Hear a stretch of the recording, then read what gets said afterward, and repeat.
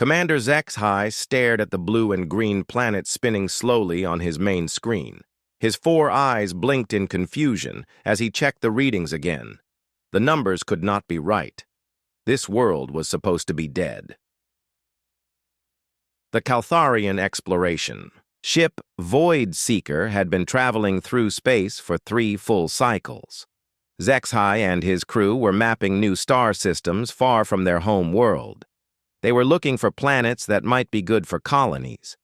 This yellow star system had looked normal when they first detected it.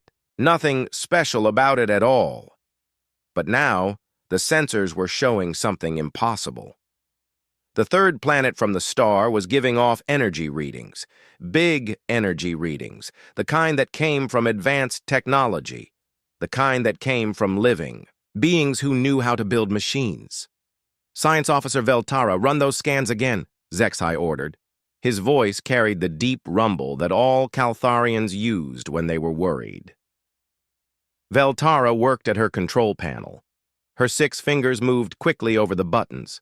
She had been doing this job for many years. She knew her equipment well. But what she was seeing made no sense. "Commander, the readings are correct," she said. "I am detecting massive structures in orbit around the planet. They are powered. They are active. They are definitely artificial." HFY felt his stomach drop. According to all the records in the Galactic database, this planet called Earth had been silent for over 45,000 years. The species that lived here, the humans, had simply vanished one day. No one knew why. No one knew how. They had just stopped sending signals to the rest of the galaxy. The humans had been young as space-traveling species go. Most races took millions of years to develop faster than light travel. The humans had done it in just a few thousand years. They had been expanding fast, setting up colonies on nearby worlds. They had been making contact with other species. They had been learning about the galaxy. Then nothing. Complete silence. For 45,000 years, most experts thought the humans had destroyed themselves. Young species often did that. They would develop powerful weapons before they learned wisdom. They would fight wars that ended their entire civilization. It happened more often than anyone liked to admit.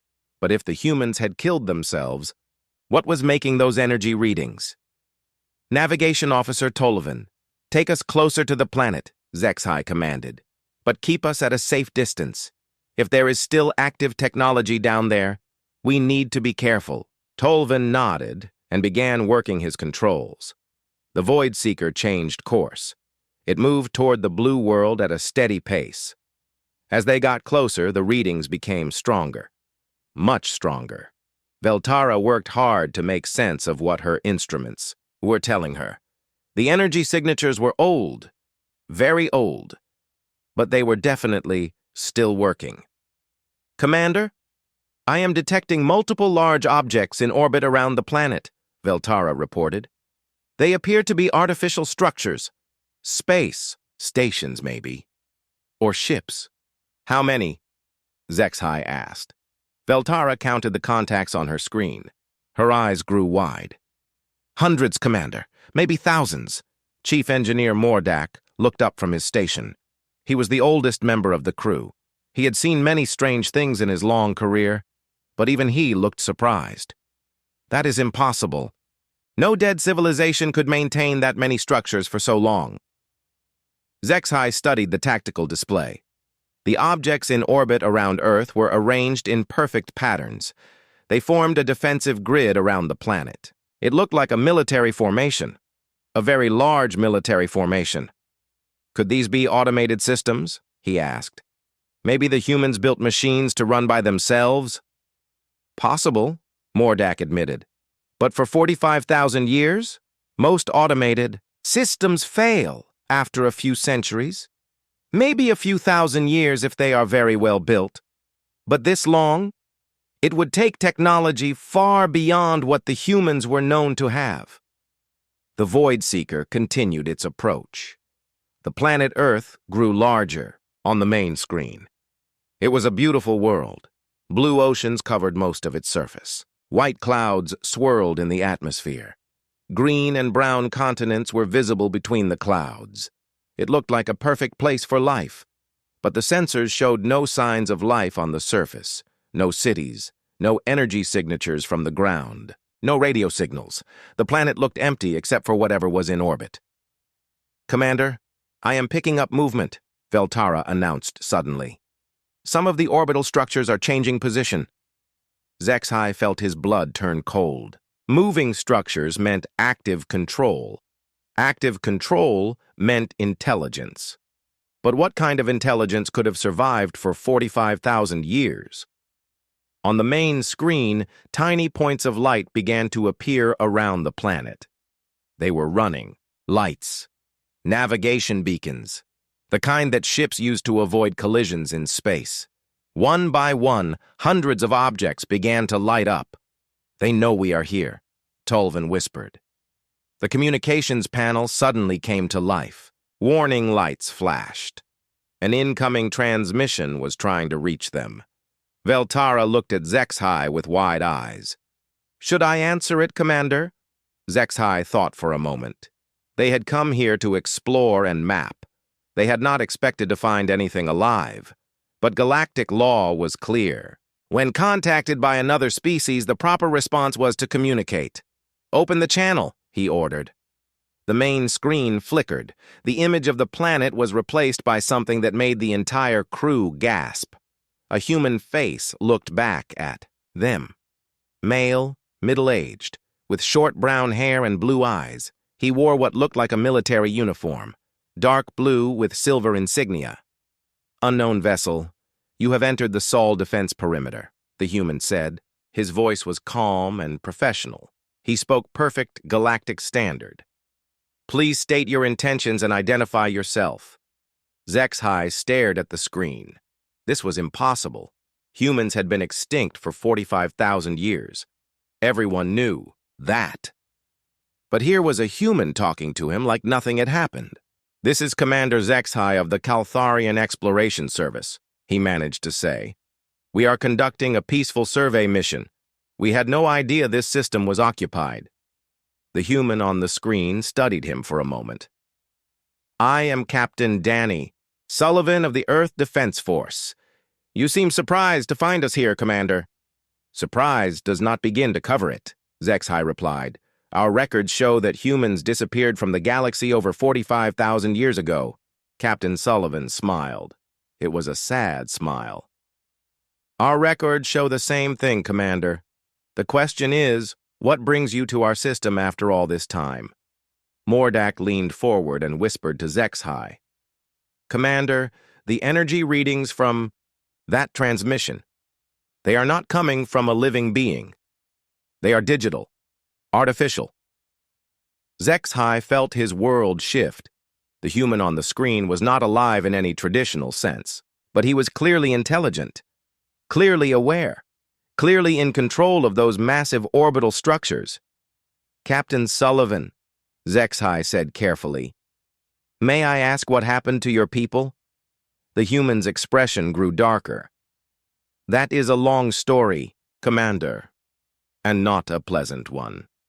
But first, I need to know your intentions in this system. Are you here to claim territory? To salvage technology? To establish a colony?" "No," Zexhai said quickly. "We are explorers, scientists. We are mapping this region of space for possible future expansion, but we have no immediate plans for colonization." "Good," Sullivan replied, "because this system is under the protection of the Earth Defense Force. It has been for 45,000 years. It will continue to be protected for as long as necessary." The transmission ended. The screen returned to showing the planet Earth and its orbital defenses. Hundreds of structures hung in space around the world, and now Zexhai knew they were all controlled by beings who claimed to be human, but could not possibly be alive. "What do we do now, Commander?" Veltara asked. Zexhai looked at his crew. They were all staring at him with expressions of confusion and fear. They had discovered something that challenged everything they thought they knew about life and death. "We learn what we can," he said finally, "and we prepare a report that the Galactic Council will never believe. The next few hours passed slowly aboard the Void Seeker. Zexhai and his crew monitored the orbital structures around Earth. They watched as more and more lights came online. Ships that had been dark for who knew how long suddenly showed signs of life. Navigation beacons flashed in steady patterns. Engine signatures glowed softly in the darkness of space. "Commander, I count over 800 separate vessels," Veltara reported from her science station. "They range in size from small patrol craft to massive battleships. Some of the larger ones are over 2 kilometers long." Zexhai studied the tactical display. The human fleet was arranged in perfect defensive formations around their home world. Each ship held a specific position. Each position covered potential approach routes to the planet below. It was the work of military minds that understood space combat very well. "Have they made any threatening moves toward us?" he asked. "No, Commander," Tolvin replied from the navigation station. "They are maintaining their positions, but several smaller ships have moved to keep us in their sensor range." Mordak looked up from his engineering console. "I am analyzing the energy signatures from their vessels. The technology is old by current galactic standards, but it is solid, reliable, and there is a lot of it." The communications panel chimed again, another incoming transmission. Zexhai nodded to Veltara, who opened the channel. This time a different human appeared on the screen.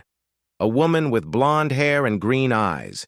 She wore the same dark blue uniform as Captain Sullivan. Her rank insignia showed she was an admiral.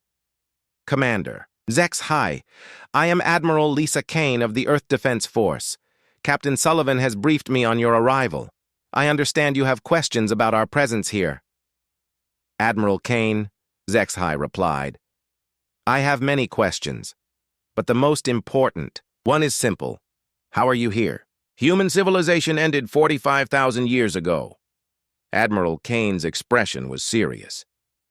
"Human civilization as the galaxy knew it did end, Commander. But we survived. In a way. The story is complicated." "I have time to listen," Zexhai said. Kane nodded. "Before I begin, let me assure you that your ship is safe. We have no hostile intentions toward peaceful explorers. But you should know that this system is under our protection. Earth may appear empty, but it is still our home." "Understood," Zexhai replied. "Please continue." Admiral Kane looked off-screen for a moment, as if consulting with someone. Then, she turned back to face the Kaltharian commander. 45,000 years ago, humanity faced a crisis unlike anything we had ever encountered. We called it the Silence. It was not a war. It was not a natural disaster. It was something far worse. Veltara leaned forward at her station. As the science officer, she was fascinated by any new type of threat. "What kind of crisis?" "The Silence was a plague," Kane explained. "But not the kind that attacks the body. It attacked the mind, human consciousness itself. We never learned where it came from. Perhaps it was natural. Perhaps it was created by some hostile species. All we knew was that it spread from colony to colony, leaving empty shells where thinking beings had once lived." Zexhai felt a chill run through his body. A plague that attacked consciousness was the stuff of nightmares. "How did it work?" "People would simply stop thinking," Kane said. "They would remain alive in a biological sense. Their hearts would beat, their lungs would breathe, but their minds would become empty.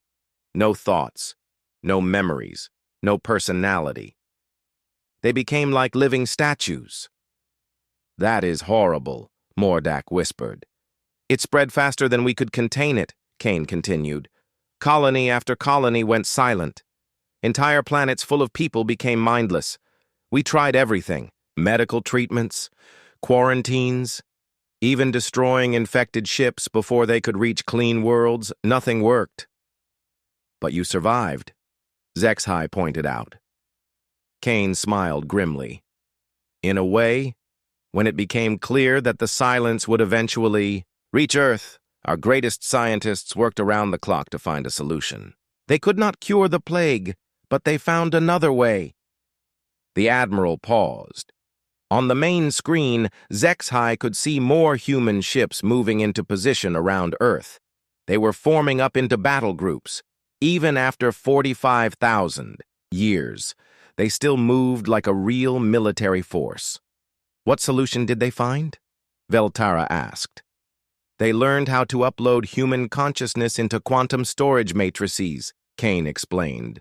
Not just simple recordings, full thinking minds, complete with memories, personalities, and the ability to learn and grow. We became digital beings. HFY stared at the screen. All of you? Not all, Kane replied sadly. The process was difficult, dangerous. Many people did not survive the transfer. Others chose not to try. They preferred to face the silence with their organic minds intact. How many of you made the transfer? Several thousand military personnel, scientists, engineers, political leaders, people with the skills needed to maintain Earth's defenses and continue human civilization in some form. Mordak was studying his instruments carefully. Admiral, I am detecting that your transmission is originating from a massive orbital platform. Are you based there? I am the platform, Kane replied. My consciousness runs on quantum processors, built into the command ship UES Eternal Watch. Each of us is housed in a different vessel or station. We have become part of the fleet itself. The implications of this hit HFY like a physical blow. These were not just artificial intelligences pretending to be human. They were actual human minds that had somehow survived the death of their bodies. They had found a way to live as pure consciousness. What happened to the rest of your people? He asked quietly. Kane's expression grew even more sad. Those who could not or would not upload chose to end their lives on their own terms. They preferred death to becoming empty shells. In the final days, Earth's population was reduced to just a few million people. Then the silence reached our world. And the uploaded minds? We watched our people die, Kane said simply. We watched our civilization end. But we continued to exist. We had sworn an oath to protect Earth. That oath did not end with our biological deaths. HFY looked around his bridge. His crew was listening to every word with expressions of shock and fascination. This was unlike anything in recorded galactic history. So for 45,000 years you have maintained this vigil? Yes, Kane replied. We have protected this system from any threats. We have maintained our technology. We have continued to think and plan and grow as individuals. Death did not stop us from being human. But why? Tullivan asked. Why guard an empty world? Admiral Kane was quiet for a long moment. When she spoke again, her voice carried the weight of thousands of years of loss. Because it is our home. Because someone needs to remember what humanity was. Because we made a promise to protect this place, and humans keep their promises. Even when we are no longer truly alive. On the tactical display, HFY could see the human fleet spreading out across the solar system. Patrol ships moved between the outer planets. Larger vessels held position near important orbital installations. It was a military force that had been practicing its formations for longer than most galactic civilizations had existed. Admiral, HFY said, your story raises many questions. But I have to ask, are you still human, or are you something else? Kane considered the question carefully. We remember being human. We think as humans thought. We feel emotions as humans felt them. We make decisions based on human values and human experiences. But our bodies are machines. Our brains are quantum processors. Are we still human? I believe we are, but others might disagree. What do you want from the galaxy now? Veltara asked. Nothing, Kane replied. We claim no territory beyond this solar system. We seek no conquest. We need no resources that we cannot obtain from our own star and planets. We ask only to be left in peace to continue our watch. And if someone tried to claim this system, Admiral Kane's expression hardened. Then they would discover that 45,000 years of preparation and practice have made us very good at defending our home. The transmission ended. The screen returned to showing the orbital defenses around Earth. Hundreds of ships hung, in perfect formation, around the blue and green world.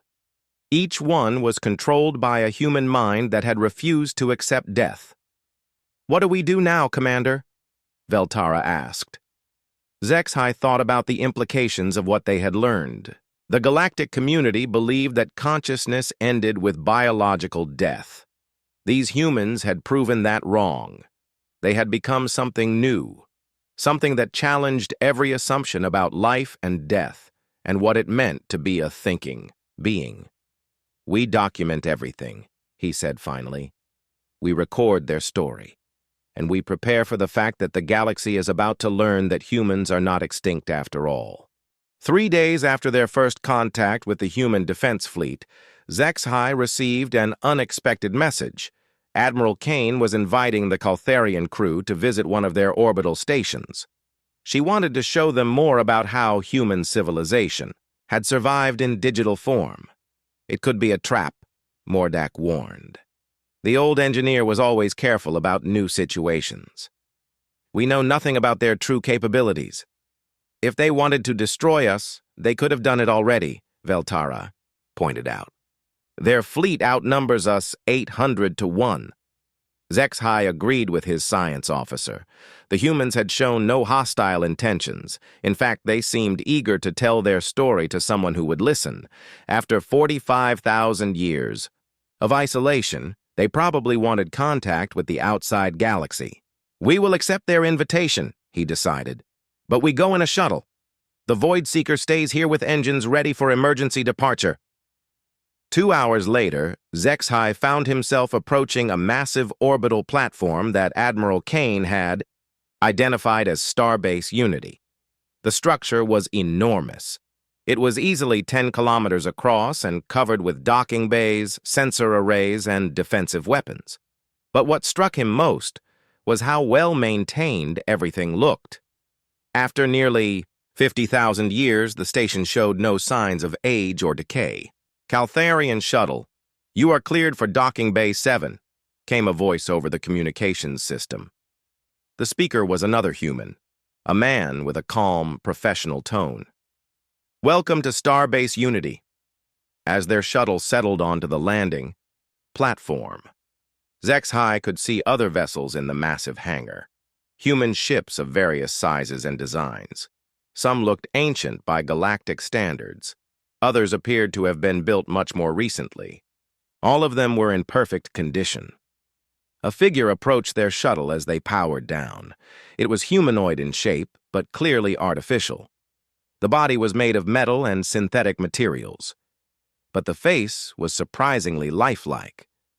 Male features, with brown hair and blue eyes, the same face they had seen on their communications screen. "Commander Zexhai," the figure said, as the Caltharian crew emerged from their shuttle. "I am Captain Danny Sullivan. Welcome aboard Starbase Unity." Zexhai studied the artificial body carefully. "Captain Sullivan, you look different than I expected." Sullivan smiled. "This is a remote body, an android that I control from my main consciousness center. It allows me to interact with physical visitors. Many of us have multiple bodies for different purposes." He led them through corridors that looked exactly like what Zexhai imagined human architecture would be like.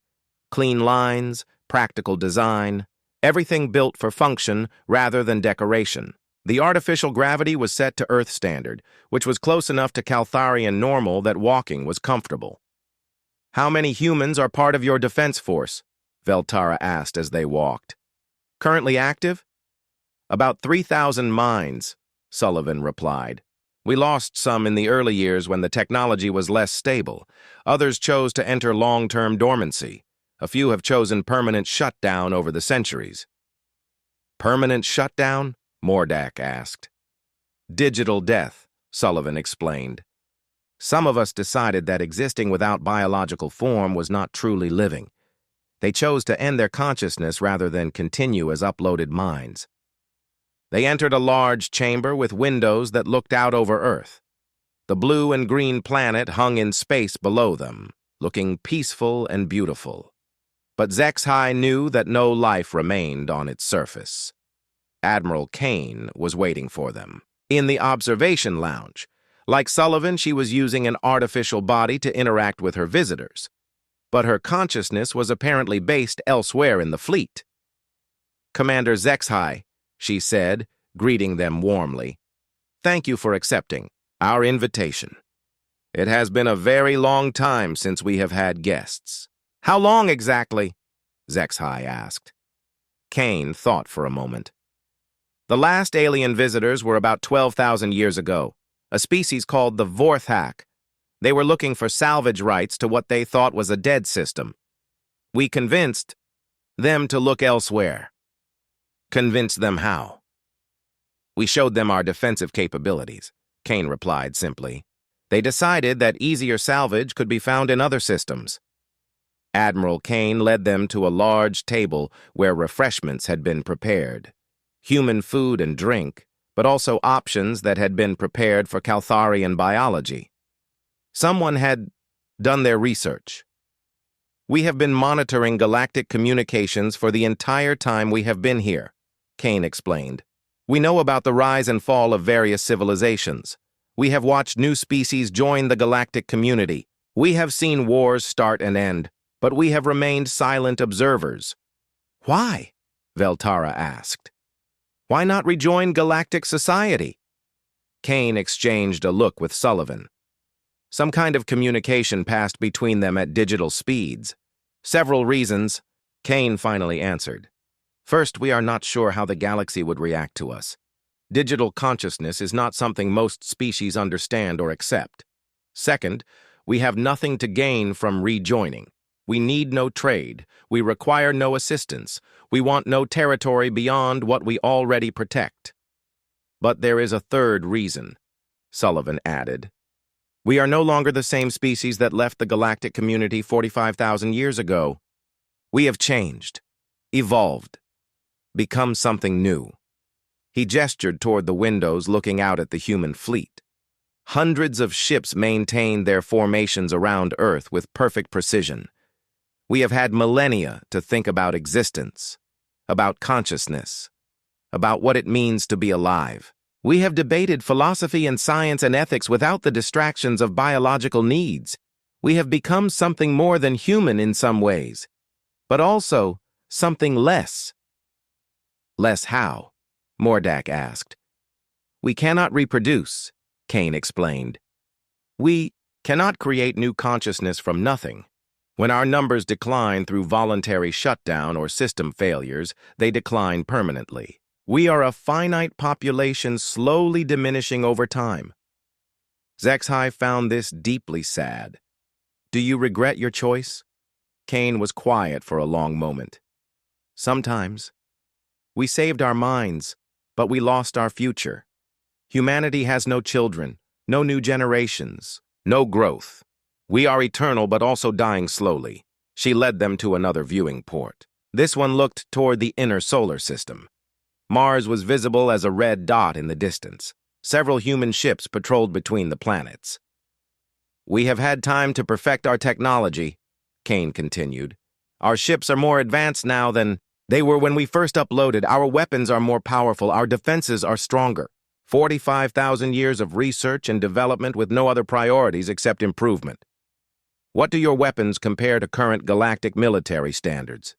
HFY asked. Sullivan smiled grimly. "Our individual ships might be less advanced than the latest galactic designs, but we have advantages that no living military can match. We have perfect coordination between vessels. We never get tired. We never panic. We never make mistakes due to fear or anger or confusion. And we have numbers," Kane added. "Plus, we know this system better than anyone could know their own home. Every asteroid, every gravity well, every possible approach route. We have had millennia to prepare for any conceivable attack." They continued the tour through other sections of the station. Medical bays that had been converted into manufacturing centers for android bodies. Research laboratories where human minds continued to study science and technology. Living quarters that were maintained empty but ready in case somehow biological humans ever returned. "Do you hope for that?" Veltara asked when she saw the empty quarters. "For biological humans to return somehow?" "It is impossible," Kane replied. "The plague destroyed all human genetic material on every world we inhabited. Even if we could somehow create biological bodies, we would have no human DNA to use as a template." "But you keep the quarters ready anyway?" Kane smiled sadly. "Hope is a human trait that we retained when we uploaded, even impossible hope." As they toured the station, Zexhai was struck by how efficiently everything operated. Systems that had been running for thousands of years worked perfectly. Maintenance was performed automatically by robotic systems directed by human minds. Nothing was broken, nothing was worn out. It was like a city that had been frozen in time, but somehow kept improving itself. "How do you spend your time?" he asked. "What do you do for 45,000 years?" "We study," Sullivan replied. "We research. We explore the solar system in detail. We monitor galactic communications. We maintain our equipment and our ships. We debate philosophy and ethics and the nature of existence." "We also remember," Kane added. "We are the keepers of human history and culture. We maintain records of everything humanity ever accomplished, every book ever written, every song ever composed, every scientific discovery, every work of art. It is all preserved in our databanks. And we prepare," Sullivan continued. "We run simulations of possible threats. We design new ship configurations. We develop new strategies and tactics. We have wargamed every possible scenario we can imagine." "For what purpose?" Mordak asked. "What are you preparing for?" Kane looked out at Earth floating peacefully below them. "For whatever comes. For the day when someone decides that this system would make a nice colony. For the possibility that some threat might emerge that could endanger not just us, but the galaxy itself. For anything that might require the skills and knowledge that we have preserved. You see yourselves as the news of humanity's survival spread through the galactic community like fire through dry grass." Zexhai's report reached the Caltharian High Command first, then the Galactic Council, and finally the governments of every major spacefaring civilization. The reaction was immediate and intense. Some species were fascinated by the idea of digital consciousness. Others were horrified by what they saw as an unnatural violation of the life-death cycle. Religious groups debated whether uploaded minds had souls. Scientists wanted to study the technology. Military leaders worried about the implications of an immortal warrior race guarding the approaches to the galactic core. 3 months after the initial contact, a diplomatic mission arrived in the Sol system. Representatives from 12 different species came to meet with the Human Defense Force officially.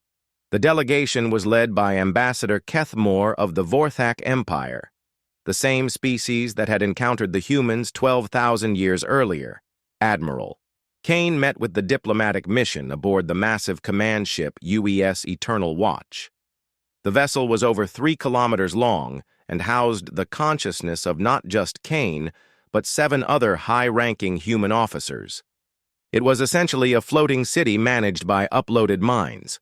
"Admiral Kane," Ambassador Kethmore began as the diplomatic session started, "the Galactic Council has sent us to establish formal relations with your people. Though we admit there is considerable debate about how to classify your current status."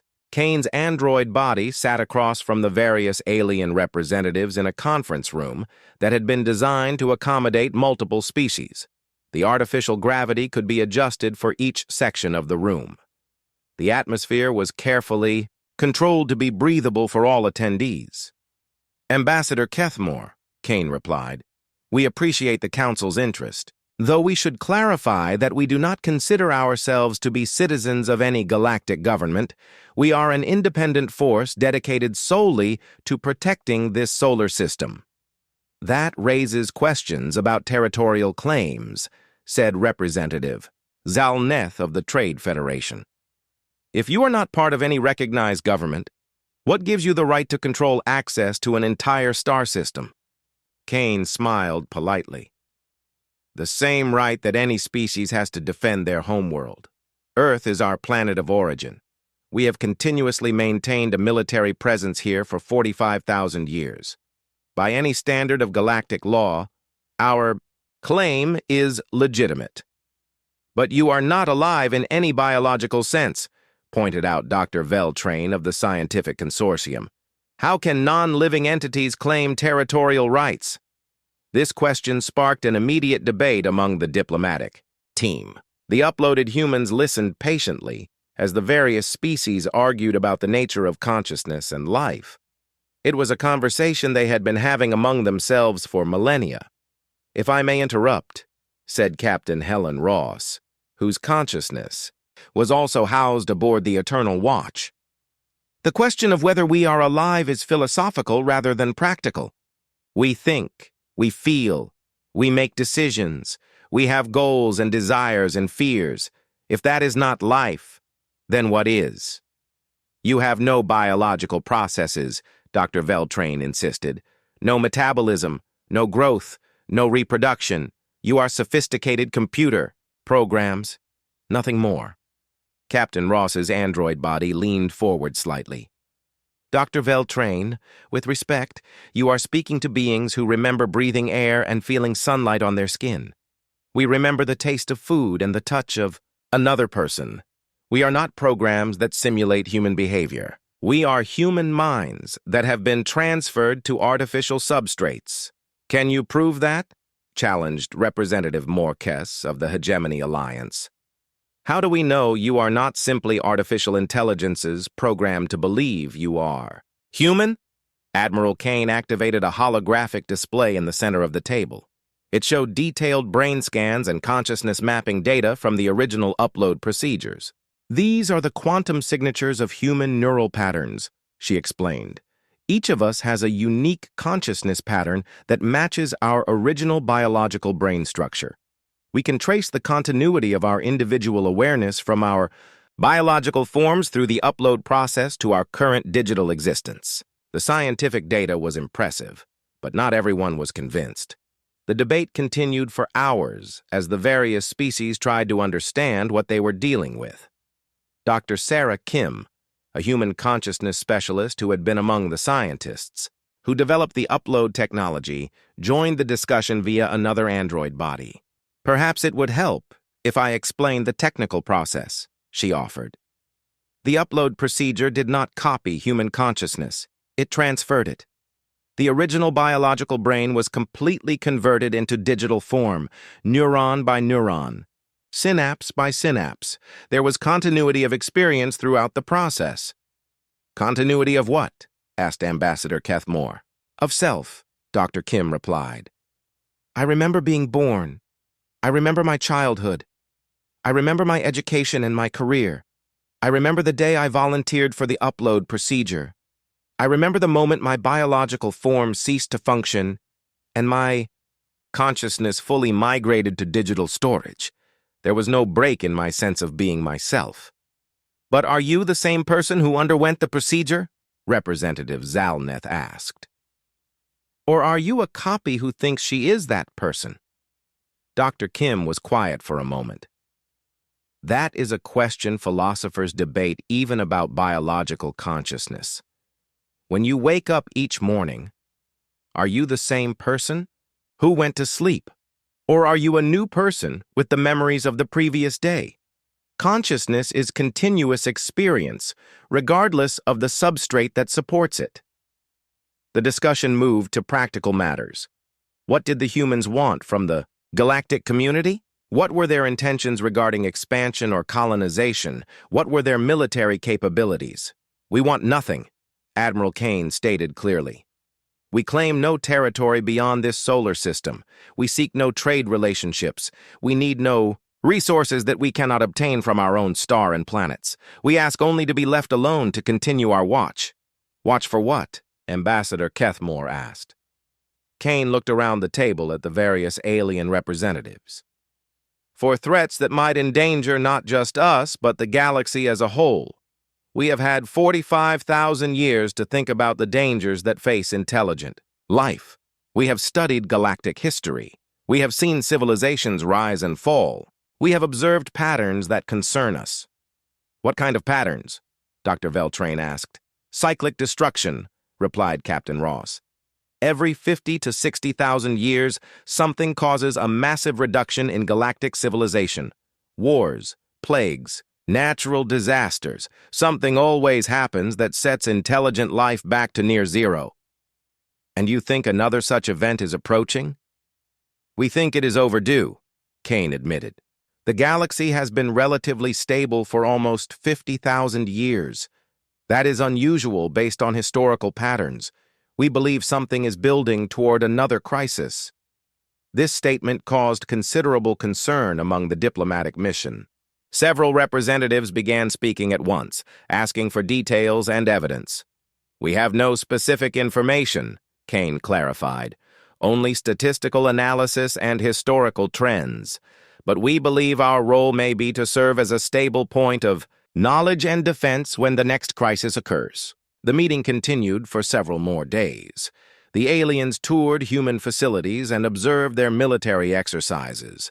They were shown the vast databases of preserved human culture and knowledge. They watched as the digital humans coordinated their fleet movements with perfect precision. What impressed the visitors most was the sheer scale of human preparation. 45,000 years of continuous military readiness had created something unprecedented in galactic history. The humans had stockpiled resources. They had developed contingency plans for dozens of different threat scenarios. They had built backup systems for their backup systems. Your military capabilities are impressive, admitted General Vorthak of the Defense Coalition. But surely you do not expect to face threats alone. Would you not accept assistance from other species? Admiral. Kane considered this carefully. If the galaxy faced a threat that required our intervention, we would consider working with other military forces. But our primary obligation is to defend Earth and preserve human knowledge. We would not abandon that duty for any cause. What? If Earth itself was threatened? Ambassador Kethamore asked. Kane's expression became very serious. Then whoever threatened our homeworld would discover what 45,000 years of preparation can accomplish. The diplomatic mission concluded with an agreement that was unlike any in galactic history. The humans would be recognized as the legitimate government of the Sol system. They would maintain their isolation, but would agree to limited communication with the Galactic Council. In exchange, the galactic community would respect their territorial claims and avoid any attempts at colonization or resource extraction in human space. As the diplomatic ships prepared to depart, Ambassador Kethmore had one final question for Admiral Kane. Do you ever regret your choice? Do you ever wish you had accepted biological death instead of this digital existence? Kane was quiet for a long moment. Around her, the massive command ship hummed with the activity of thousands of artificial systems managed. 5 years had passed since the diplomatic mission returned to the galactic community with news of humanity's survival. The universe had largely returned to normal, though the existence of the Human Defense Force remained a topic of debate in academic and military circles throughout known space. The humans maintained their vigil around Earth as they had for 45,000 years. Their ships patrolled the solar system in perfect formations. Their sensors monitored all approaches to their homeworld. Their consciousness centers continued to process information and plan for contingencies that might never arise. But change was coming to the galaxy, just as the humans had predicted. Admiral Kane was reviewing stellar cartography data when the first reports began arriving. Deep space monitoring stations throughout the galactic rim were detecting unusual energy signatures. Ships were disappearing near the galactic edge. Entire colonies were going silent without distress calls or explanations. Commander Davis, Kane, called to one of her subordinates, whose consciousness was housed in a nearby tactical computer. "What do you make of these reports?" Lieutenant Commander Jake Davis had been among the last humans to undergo the upload procedure. His digital existence had begun just as Earth's biological population was ending. Now, he served as one of the fleet's senior intelligence analysts. "Admiral, the pattern matches several scenarios we have war-gamed over the years," Davis replied through the ship's communication system. "Something is moving inward from the galactic rim, systematically eliminating intelligent life." Kane felt something that her digital consciousness interpreted as cold dread. "Show me the progression." A holographic display materialized in the command center, showing the spiral arm of the galaxy where Earth was located. Red dots marked the locations of vanished colonies and silent systems. They formed a rough line moving steadily toward the galactic core. "Time to contact?" Kane asked. "At current rate of progression, approximately 18 months until whatever this is reaches the outer boundaries of inhabited galactic space," Davis calculated. 24 months until it reaches Earth's vicinity." Kane studied the data carefully. The pattern was disturbingly familiar. Throughout galactic history, approximately every 50,000 years, some catastrophe would sweep through known space, destroying most advanced civilizations and forcing the survivors to rebuild from almost nothing. "Send a message to all fleet." "Commanders," Kane ordered, "we are implementing Contingency Plan Omega. Full defensive preparations. Begin construction of additional vessels immediately." Throughout the solar system, the human fleet began to move with purpose that had been lacking. For decades, ships that had maintained patrol routes for centuries suddenly changed course. Construction facilities that had been idle began producing new vessels. Resource extraction operations expanded to gather materials for weapons and shields. On Earth's surface, automated systems activated manufacturing centers that had been dormant for millennia. The planet might be empty of life, but it was still rich in metals and rare elements needed for military production.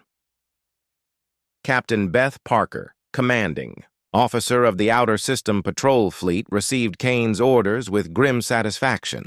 After 45,000 years of preparation, they were finally going to face a real threat. "All patrol vessels form up for Defensive Screen Beta 7, she commanded. Her consciousness reached out through quantum communication links to coordinate the movements of 50 ships simultaneously. "Mining operations. Begin emergency extraction of strategic materials from the asteroid belt." The scale of human preparation became clear as the months passed. Hidden construction facilities throughout the solar system revealed themselves. Ships that the diplomatic mission had never seen emerged from concealed berths. Weapons platforms that had been disguised as research stations powered up defensive systems. The galactic community watched in amazement as the human defense force expanded from 800 vessels to over 3,000 in just 6 months. Every ship was perfectly coordinated with every other ship. Every movement was calculated for maximum defensive efficiency. "How did they build so much so quickly?" asked General Vorthak during an emergency session of the Galactic Defense Council. Dr. Kim, the human consciousness specialist, appeared via holographic transmission to answer questions about human capabilities. Her artificial body looked calm, despite the crisis facing the galaxy. "We have had 45,000 years to prepare," she explained. "We have stockpiled materials. We have designed ships that can be manufactured quickly. We have automated production systems that can work around the clock without rest, and we have no bureaucracy to slow down decision-making." "What are your intentions?" Ambassador Kethmore asked. "Will you help defend the galaxy, or only Earth?" Dr. Kim consulted with Admiral Kane through their quantum communication network. The conversation happened at digital speeds far faster than biological thought. "We will establish a defensive line at the edge of our solar system," Dr. Kim announced. Any refugees who reach our space will be protected. Any enemy forces that try to pass through our territory will be stopped. What about offensive operations? Will you send ships to help other systems? No, Dr. Kim replied firmly. Our duty is to defend Earth and preserve human knowledge. We will not abandon that mission to fight battles elsewhere. The decision sparked angry debate among the galactic representatives. Some species accused the humans of cowardice. Others understood the logic of their position. A finite force with irreplaceable personnel could not risk itself in operations that might fail. As the unknown threat continued its advance through the galaxy, more details became available. The attacking force was not composed of ships in any traditional sense. Instead, it appeared to be some kind of mechanical swarm that consumed technology and converted it to their own purposes. They showed no interest in communication or negotiation. They simply destroyed everything in their path. "It's a cleansing swarm," Admiral Kane concluded after studying the latest intelligence reports. "Designed to eliminate advanced technology and reset galactic civilization to a primitive level."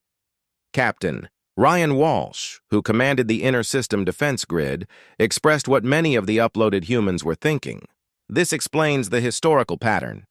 Every 50,000 years, something like this sweeps through the galaxy and knocks everyone back to the Stone Age. "But who created it?"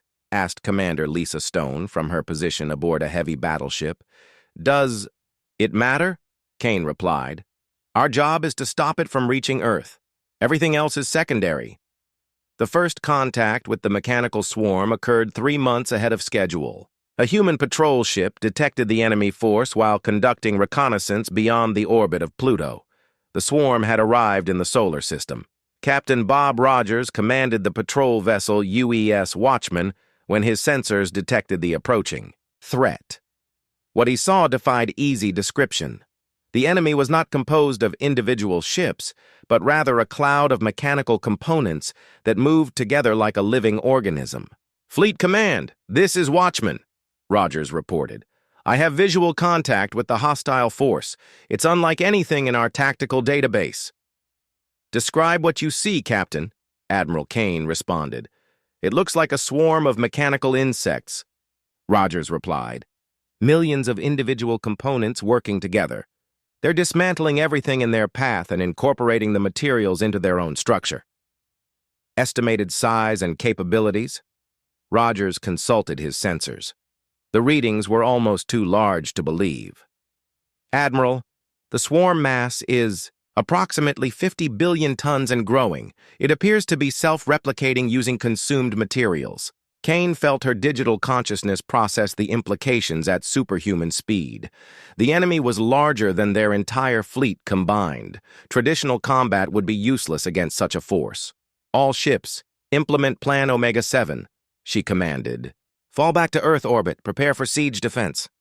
The human fleet withdrew to their home planet as the mechanical swarm advanced through the outer solar system.